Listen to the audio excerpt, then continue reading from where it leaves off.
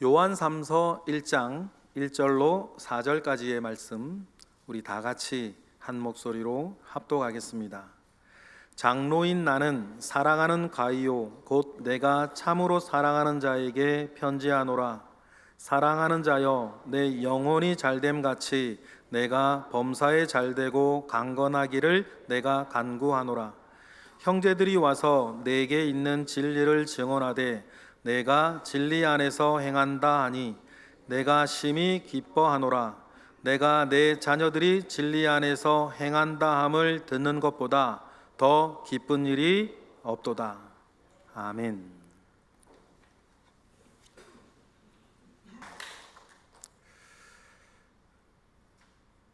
우리 모두의 집안이 영적으로나 육적으로나 범사가 잘 되는 참 흐뭇하고 감사한 집안, 가정이 되기를 바랍니다.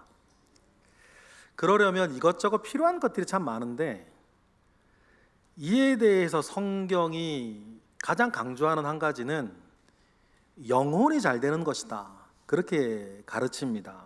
오늘 말씀이죠. 요한 3서 1장이죠. 시작. 사랑하는 자여 내 영혼이 잘됨 같이 내가 범사에 잘되고 강건하기를 내가 간구하노라. 영혼이 잘 되는 것과 모든 일이 잘 되는 것의 상관관계는 조금만 생각해 보면 잘 이해할 수 있습니다. 마치 면역력이 좋으면 질병에 걸리지 않듯이, 똑똑하면 어려운 문제를 잘 풀어나가듯이, 영혼이 잘 되어 있는 사람, 그런 사람이 모인 가정은 매사에 바른 선택을 하고 옳은 결정을 하며 힘든 일도 잘 헤쳐나갈 수 있기 때문입니다. 피해는 최소화하며 유익한 일은 최대한 누리며 살게 하는 것입니다. 여러분, 이러한 가풍이 살아있고 점점 강해지는 여러분의 집안이 되기를 바랍니다. 한자어론 집안에 부는 바람이라는 가풍을 사전에서 찾아보면 한 집안에 전해 내려오는 생활 관습이라 이렇게 정의가 됩니다. 가풍이 좋은 가정은 매사에 유익한 일을 만들어냅니다. 설령 힘들고 비극적인 일 앞에서도 그것을 역전시켜 오히려 유익한 일이 되게 하는 힘이 가풍이 살아있는 집안에는 있어요.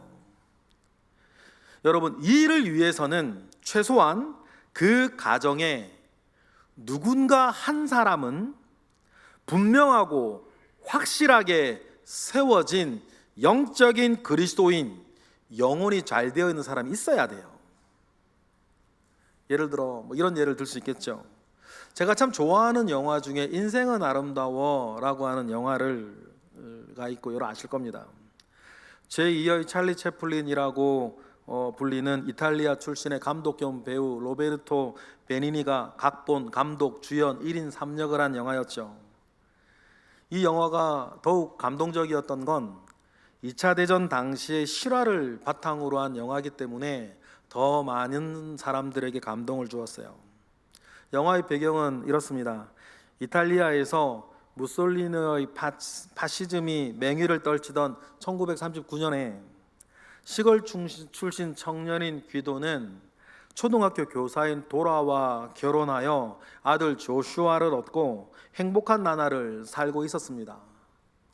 그러다 평화롭게 살던 이 3명의 가족에게 엄청난 불행이 닥쳤는데 이탈리아의 동맹국이었던 독일 히틀러의 유대인 말살 정책으로 온 가족이 유대인 포로 수용소로 끌려가게 된 겁니다. 귀도는 그때 불과 4살밖에 되지 않은 어린 아들 조슈아가 놀라지 않도록 자신들은 지금 재미있는 놀이에 참여하는 거라고 그렇게 믿게 만들죠. 언제 죽을 줄 모르는 절망적인 수용소의 현실과 독가스실의 공포, 강제노동의 고통 속에서도 귀도는 타고난 유머 감각을 발휘하여서 눈물겹도록 아들을 즐겁게 해주면서 게임에서 우리가 이기면 되고 나가게 되면 큰 상을 받을 거라고 희망을 계속 심어줘요. 아슬아슬한 생사의 기로를 수도 없이 넘긴 끝에 마침내 독일이 패망을 하잖아요. 그때 나치는 증거를 없애기 위해서 모든 서류 뭉치를 태우고 포로를 처형해요. 그 와중에 아내와 아들을 데리고 탈출하려고 했던 귀도가 나치군에 발각되어져서 끌려가 총살을 내 사살되고 맙니다.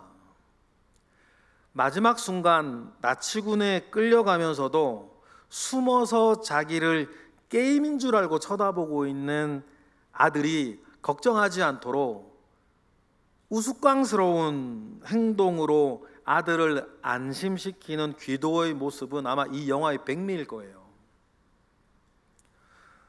그 아버지 덕분에 조수아는 그 죽음의 수용소에서 구김살 없이 살아내었죠. 영화 전체의 스토리는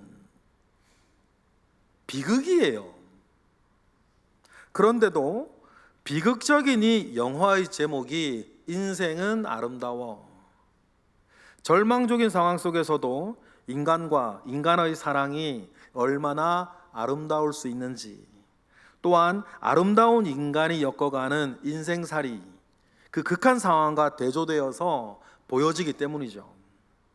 여러분, 우리의 집안에도 가족들의 오늘과 내일을 생각하며 누군가는 한 사람 굳건히 살아있어야 되지 않겠습니까? 어떤 슬픔이나 위기 속에서도 그들을 지켜나가는 믿음의 용사 한 사람은 여러분 집안에 있어야 된다. 그리고 그 사람이 여러분들이기를 바라요. 돌아온 탕자의 이야기도 아실 거예요. 씁쓸하고 고된 인생을 살고 있는 한 청년이 나옵니다. 그는 파렴치한 과거를 가지고 있죠. 철이 없었다라고 하기엔 아버지와 집안에 대한 그의 언행은 도를 넘은 것이었어요. 그는 페류나 그 자체였지 않습니까? 결국 아버지의 애틋함에는 아랑곳하지 않고 멀리 외국으로 떠나 허랑방탕한 삶을 삽니다. 결국 모든 것을 탕진하고 때맞춰 찾아온 흉년에 극심한 고생을 하는데, 그 고생 가운데에도 자기를 돌아봐주는 사람은 아무도 없었어요. 모든 것을 탕진하고 비극적으로 인생을 마감할 수밖에 없는 처지에 빠지게 된 것 아닙니까? 마치 이것은 오늘날 많은 사람들의 인생을 축소한 미니어처 같아요. 허망한 것에 재산이나 건강이나 인생을 탕진하고 사는 것이나, 존귀한 사람에게는 어울리지 않는 것들을 탐하고 살지만 그마저도 얻지 못해 괴로워하는 인생들이기 때문이에요. 아등바등 고생하며 살지만 뜻대로 되지 않는 것이 인생 아닙니까? 그래서 일찍이 사람들은 인생을 고해의 바다, 고해라고 불렀던 것입니다. 탕자의 삶이 그런 것이었어요. 하지만 감사한 것은 이 페루나에게도 굳건하게 살아있는 어른 한 사람이 있었다는 겁니다. 바로 아버지였어요. 인생의 막바지에서 탕자가 생각해낸 것도 아버지였죠. 우리 누가복음 15장 보실까요? 17절 시작. 이에 스스로 돌이켜 이르되 내 아버지에게는 양식이 풍족한 품꾼이 얼마나 많은가. 나는 여기서 주려 죽는구나. 그런데 여러분, 이 생각 하나가 탕자를 살립니다. 여행이 즐거운 것은 돌아올 곳이 있기 때문이다 라고 하는 말과 같아요. 여러분, 우리의 고된 인생에도 돌아갈 곳이 있는 사람은 인생 여행이 행복할 줄 믿습니다. 이어지는 인생의 고된 시간 속에서도 우리가 누군가를 떠올릴 수 있다면 그는 행복한 사람이고 가능성이 있는 사람이에요. 여러분, 우리가 생각해내어야 할 이가 누굽니까? 아버지예요. 하나님 아버지인 것입니다. 이 사실은 누가 가르쳐 주거나 강요한다고 되는 것이 아니에요. 스스로 돌이켜 어떤 순간이면, 결정적인 순간에 나에게 찾아오면 본능적으로 우리 아버지를 생각해낼 수 있어야 돼요. 그동안 교회에서 들어온 성경 이야기들 속에, 교회에서 얻었던 단촐한 추억들 속에서, 성도들 사이의 교제 가운데에 예전에 받았던 은혜의 한 줄기에서도 여러분 꼭 기억하셔야 돼요. 결정적인 순간에는 우리 하나님 아버지를 생각해내야 되는 것입니다. 교회가 모든 면에서 완벽하지 않습니다. 그러나 세상 어디에도 없는 하나님의 은혜가 흐르고 있는 곳이 교회 아닙니까? 하나님 아버지를 생각해내면 이어서 교회가 생각나기 마련이고, 교회에서 예배가 생각나기 마련이에요. 아버지에 대한 생각이 예배로 이어져야 참된 각성이 되거든요. 왜냐하면 하나님의 형상으로 지어진 인간에게는 하나님과 하나님의 것이 아니면 채워지지 아니한 무엇인가가 있어요. 우리는 교회에서, 그리고 교회에서 드리는 주일의 예배에서 나를 되찾고 내가 나답게 나로 살아갈 수 있는 힘을 얻어요.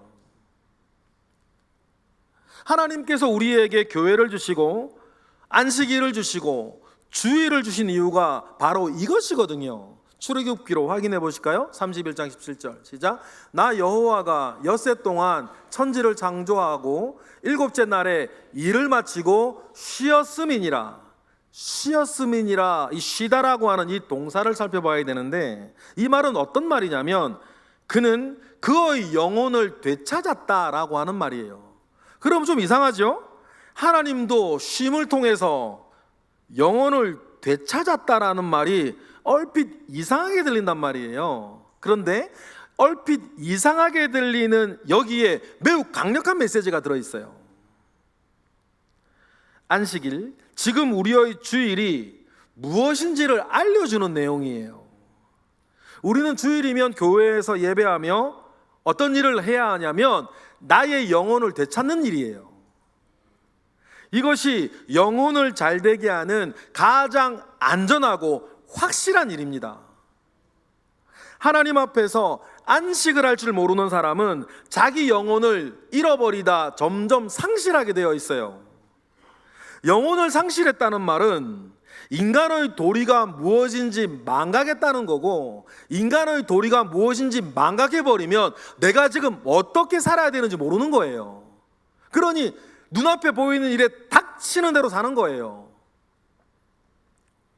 그렇다면 안식일을 지키라 라고 하는 말은 인간의 도리가 무엇인지를 깊이 생각하며 살며, 그렇게 살기 위해서 나의 사람됨을 회복하는, 내 영혼을 회복하는 시간이라는 것을 여러분 꼭 기억하셔야 돼요. 지금 우리가 그 일을 하고 있는 거예요. 하나님 아버지 앞에서 뭐 하면서? 예배하면서.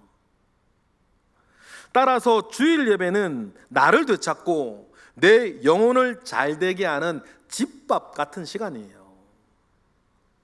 탕자도 아버지와 아버지의 집을 생각하고 나서야 자기의 인간됨을 생각합니다.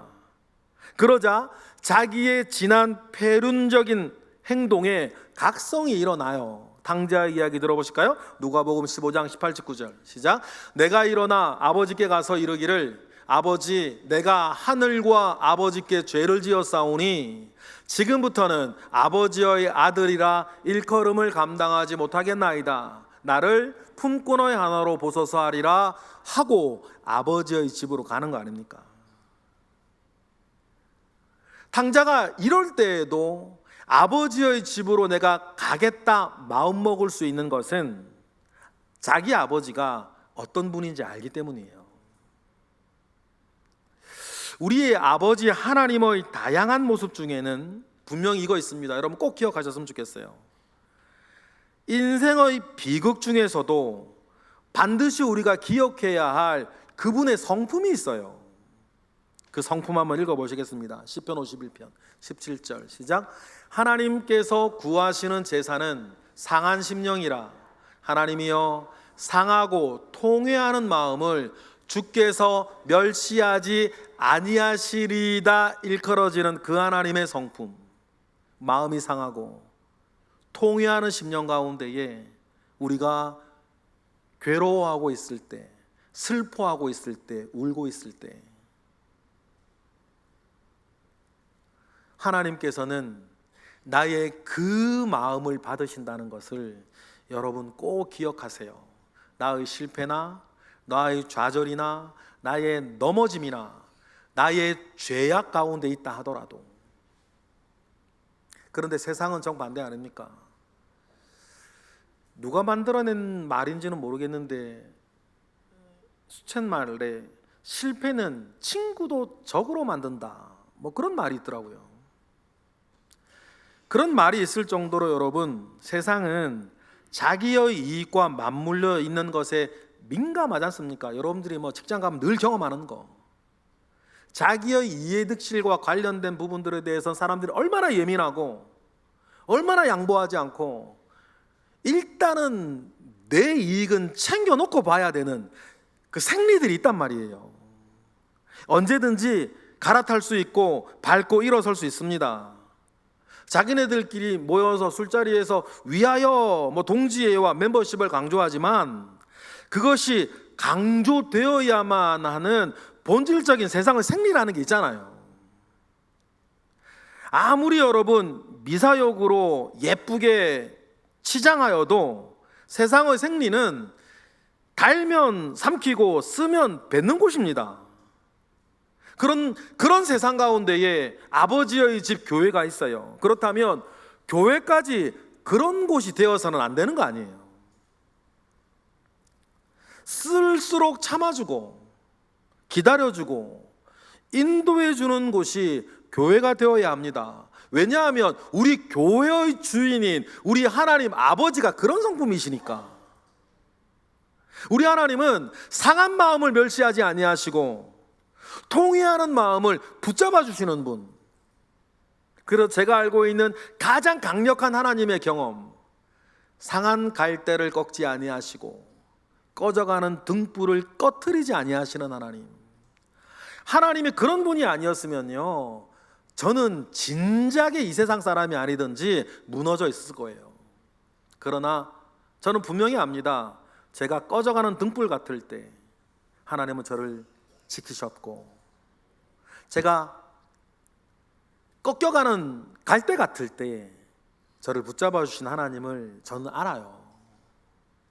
그 하나님을 주인으로 아버지로 모시고 있는 교회는 이 세상과는 전혀 달리 아버지 하나님의 모습을 가지고 우리 가운데에 존재해야만 된다라는 것입니다. 그리고 우리 아버지를 알고 아버지를 만났다면 인생의 위기를 만났을 때에 더욱 아버지께 나아갈 줄 아는 우리 모두가 되기를 바라요. 이 탕자에게 우리가 하나 배울 게 있다면 그것을 배우는 거죠. 그리고 믿음은 언제나 행동으로 결론 맺어져야 진짜 아닙니까? 그러니까 아버지를 생각하고 아버지께 돌아가야겠다 마음 먹었다면 진짜 어떻게 해야 돼요? 가야 되는 거예요. 근데 많은 분들 가야 된다 하는데 가지는 않아. 그리고 쥐염 열매 찾아다니는 거 아니에요. 믿는 이들 가운데서도 탕자에게 우리가 배워야 할 두 번째 것이 있다고 하면, 그렇게 믿음을 고백했으면 그 고백을 일단 철판 깔고라도 하는 거예요. 이어지는 15장 20절 누가복음 시작. 이에 일어나서 아버지께로 돌아가니라. 아직도 거리가 먼데 아버지가 그를 보고 측은히 여겨 달려가 목을 안고 입을 맞추시는 우리 아버지. 이 구조를 읽으면서 언제나 감동을 받는 코드는 이 아버지의 마음 아니십니까? 거리가 아직 먼데라 그럽니다. 그런데 아버지가 그 아들을 알아봐요. 동구박 저 멀리 점처럼 아른거리고 있을 때에도 그 모습으로도 자기의 아들임을 알아보는 거예요. 마치 그 아들의 폐륜적인 행동은 없었던 것처럼 그리움을 가지고 있었고, 내 아들 언제 돌아오나 노심초사 동국밖을 내다보고 있던 그 아버지의 마음 때문에 우리는 이 구절에서 늘 감동을 받아요. 그런데 읽을 때 감동뿐만 아니라 지금 내 앞에 계신 아버지가 그런 분이시다. 이것이 바로 우리를 향한 의심할 여지 없는 하나님 아버지의 마음 아닙니까? 여러분 믿으시기 바랍니다. 그리고는 그 마음 그대로 버선발로 달려가 끌어안고 입을 맞추고 종들에게 명령하는 거예요. 아들을 회복시키는 거죠. 누가복음 15장 22절부터 시작. 아버지는 종들에게 이르되 제일 좋은 옷을 꺼내다가 입히고 손에 가락지를 끼우고 발에 신을 신기라. 그리고 살찐 송아지를 끌어다가 잡으라. 우리가 먹고 즐기자. 이 내 아들은 죽었다가 다시 살아났으며 내가 잃었다가 다시 얻었노라 하니 그들이 즐거워하더라. 할렐루야. 우리 하나님 아버지가 이런 분이시다. 모든 육체의 짐과 마음의 짐을 가지고 여러분 하나님께로 가시고 하나님께로 갈 줄 아는 분들 되시기를 바라요. 탕자는 각성하고 아버지의 집에 종이라도 되겠다는 마음으로 돌아왔지만 아버지는 그 아들을 아들로 회복시켜 주시는 분이시니까. 여러분 정말 따지고 보면 인생은 결코 아름답지 않습니다. 인생이 아름다우려면 일단은 여러분들이 늙지를 않아야 돼요. 우리 인생이 아름답지 않다는 건 여러분 정해진 거거든요. 여러분들 끝에 뭐가 기다리고 있는데요. 지금 뭐 이거 한다 저거 한다 이거다 저거다 암만 얘기해도 우리 인생의 끝에 뭐가 기다리고 있는데요. 인생은 결코 아름답지가 않습니다. 더욱이 하나님을 떠난 인생은 조건과 관계없이 본질적으로 짐승 같거나 오히려 더 할 거예요. 여러분 동시에 인생은 참으로 아름답습니다. 우리 아버지가 계시기 때문이에요. 그분은 우리가 돌아갈 고향입니다. 언제 어디서나 아버지를 기억하고 그분에게 돌아가는 거룩한 습관, 마치 김유신의 말처럼 그 거룩한 습관이 있어서 지금도 먼 발치에서라도 나를 보고 기다리시는 아버지께 늘 돌아갈 줄 아는 본성 저와 여러분에게 있기를 바랍니다. 있기 가지고 계시죠. 또 우리가 돌아오는 것을 얼마나 주님은 기뻐하시고 하나님이 기뻐하시는지 우리에게 알기를 원하셨든지 이 비유 뒤에 주님은 이렇게 말씀으로 이 비유를 마무리하세요. 누가복음 15장 7절 시작할 때 그렇게 하셨죠. 다 같이 시작. 내가 너희에게 이르노니 이와 같이 죄인 한 사람이 회개하면 하늘에서는 회개할 것 없는 의인 99으로 말미암아 기뻐하는 것보다 더하리라. 여기에서 우리가 가정, 집안 그 얘기한다 그랬잖아요. 이러한 하나님을 알고 있는 사람은 역시 다른 사람들에게도 이 아버지의 마음으로 나아가는 거예요. 그래서 기다릴 줄 알고 다가설 줄 알고 참아줄 줄 알고 안아줄 줄 아는, 자기 역시 예전에는 탕자같이 살았고 탕자같이 돌아왔기에 지금은 아버지 안에서 내 영혼이 잘 되어지는 은혜 가운데 있다는 것을 아는 우리 그리스도인들, 이제는 그 아버지의 마음을 알고 은혜를 받았기에 아버지의 마음을 여러분이 알고 있는 주변 사람들에게 보여주며 그 아버지의 마음으로 주변 사람들을 돌보셔야 한다. 그게 우리 사명이다. 우리의 사명은 그 사람들에게 고향으로 돌아올 기회를 제공하는 겁니다. 허망하지 않을 인생을 살게 하고 죽음 이후까지도 바라보면서 우리의 인생을 아름답다 말할 수 있게 하는 아버지께 돌아갈 수 있는 기회를 제공하는 거죠. 그리고 우리의 사명은 그 허망한 인생을 우리 주변에 붙여서 살고 있는 사람들이 살지 않게 하는 거예요. 그러려면 우리의 아버지, 우리의 창조주 하나님을 여러분 기억하게 하는 기회를 계속 제공해야 되는 거죠. 이건 성경의 명령이기도 해요. 우리 읽어보실까요? 전도서 12장 시작. 너는 청년의 때에 너의 창조주를 기억하라. 곧 곤고한 날이 이르기 전에 나는 아무나게 없다고 할 해들이 가깝기 전에 뭘 하라고요? 창조주, 우리의 아버지, 나를 낳고 나를 살게 하셨던 아버지 하나님을 기억하라는 것입니다. 그는 무슨 일이 있어도 당신의 손을 놓지 않고 붙잡으시는 분 아닙니까? 저는 옛날 성경의 표현이 더 좋은데, 상거가 아직 먼데도 아들을 알아보고 버선발로 뛰어나올 줄 아시는 우리 하나님 아버지, 그 아버지에게 돌아갈 수 있는 기회를 여러분 주변의 가족들과 친지들과 친척들에게 여러분 제공하는 이 명절이 되기를 바라요. 예수님은 아버지가 계신 집, 다른 말로 하나님의 나라가 어떤 곳인지 우리에게 비유로 말씀해 주신 적이 참 많이 있는데, 하나님의 나라, 우리 아버지의 집이 어떤 곳인지 예수님이 비유로 말씀하실 때 그 여러 비유들 중에서 제가 개인적으로 제일 좋아하는 비유가 겨자씨 비유예요. 겨자씨 비유는 이렇게 시작을 합니다. 마태복음으로 가볼까요? 13장 다 같이 시작. 또 비유를 들어 이르시되 천국은 마치 사람이 자기 밭에 갖다 심은 겨자씨 한 알 같다. 이 작고 보잘것없는 겨자씨가 가만히 있는 게 아니죠. 영혼이 잘 되듯이 자라납니다.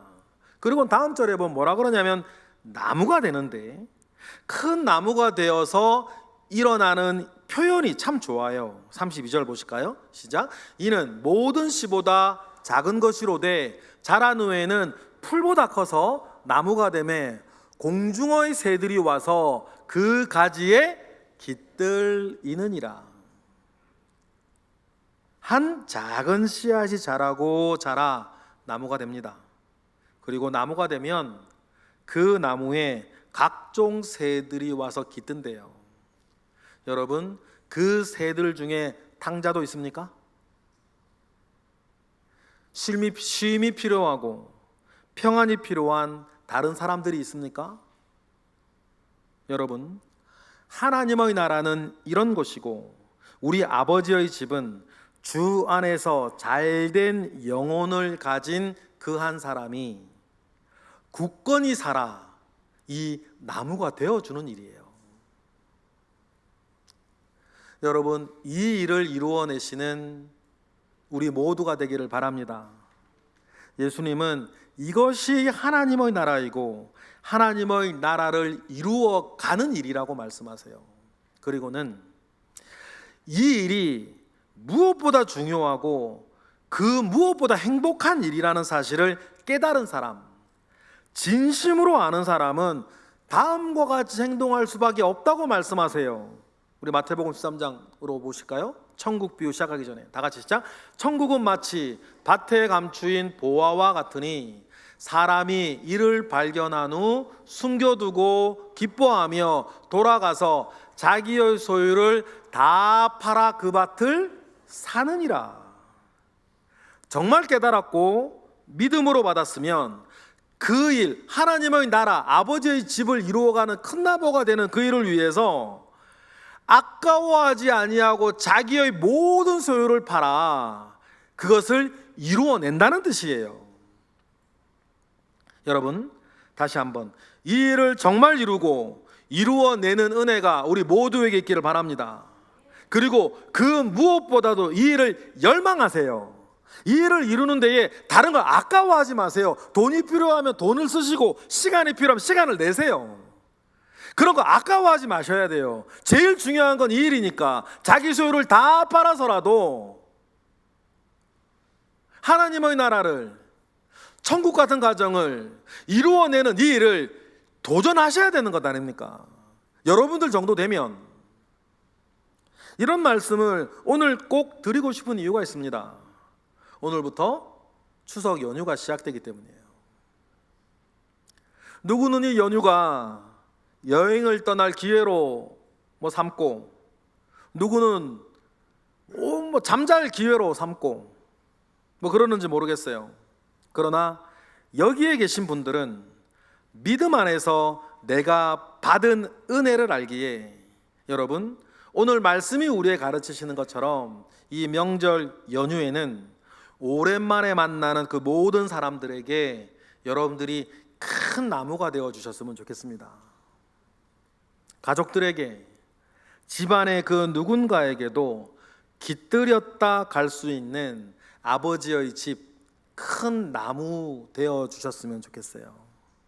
이것이 영혼이 잘된 사람이고 하나님의 나라를 만들어가는 사람이니까. 그리고 오늘 본문 마지막을 보면 영혼이 잘된 사람은 그 건강한 영혼으로 진리를 행하기에 그를 보면서 요한이나 다른 모든 믿음의 사람들도 기뻐하고 격려를 받을 거라 그래요. 우리 오늘 본문 3, 4절 보실까요? 다 같이 시작. 형제들이 와서 내게 있는 진리를 증언하되 내가 진리 안에서 행한다 하니 내가 심히 기뻐하노라. 내가 내 자녀들이 진리 안에서 행한다함을 듣는 것보다 더 기쁜 일이 없도다. 하나님의 말씀으로 받으시기 바랍니다. 그러면 오늘부터 시작하는 추석 연휴와 이번 주, 우리 모두가 오늘 나누어 가진 이 말씀의 진리대로 산다는 소문에 우리 하나님께서 오늘부터 시작하는 이번 주 우리의 사는 모양을 보고 하나님께서 우리에게 그렇게 말씀해 주셨으면 좋겠습니다. 내가 너희들이 그렇게 사는 것을 보니 이보다 기쁜 일이 나에게 없도다. 우리도 고되고 위태로운 삶을 살고 있습니다. 뜻대로 되지 않고 원하는 대로 되지 않아 힘들고 버거울 때도 많아요. 여러분, 하지만 이런 우리 인생도 아름다워질 수 있습니다. 우리 아버지가 계시기 때문입니다. 우리 아버지가 우리의 영혼을 잘되게 하고 나의 잘된 영혼으로 우리의 집안을 아름답게 하고 큰 나무와 같이 이루어 갈 줄 믿습니다. 저는 톨스토이가 했다는 이 말이 정말 가슴에 와닿아요. 행복한 가정은 모두 닮았지만 불행한 가정은 저마다 다른 이유들로 불행하다. 무슨 말씀인지 아시겠죠? 행복한 가정은 저마다 비슷한데 불행한 가정은 저마다 다른 이유들로 불행하대요. 이 시간 오늘 우리가 나누어 가진 이 말씀이 우리도 가지고 있는 불행할 수 있는, 위험할 수 있는 모든 요소들을 덮고도 남음이 있는 은혜가 되기를 주님의 이름으로 축복합니다. 하나님이 이루실 겁니다. 기도하겠습니다. 할렐루야. 하나님, 감사와 영광을 올려드립니다. 크신 은혜 가운데에 우리와 함께 하시고 우리도 연약하고 부족한 부분들이 많이 있으나 우리 하나님 아버지를 알고 그가 주셨고 주실 은혜를 알기에 큰 나무와 같이 천국을 이루고 하나님의 나라를 이루는 우리 가정, 우리 집안, 우리 가문 되게 하옵소서. 그 꿈을 가지고 추석 연휴를 맞이할 것입니다. 주님, 우리와 함께하옵소서. 예수 그리스도의 이름으로 기도드렸나이다. 아멘.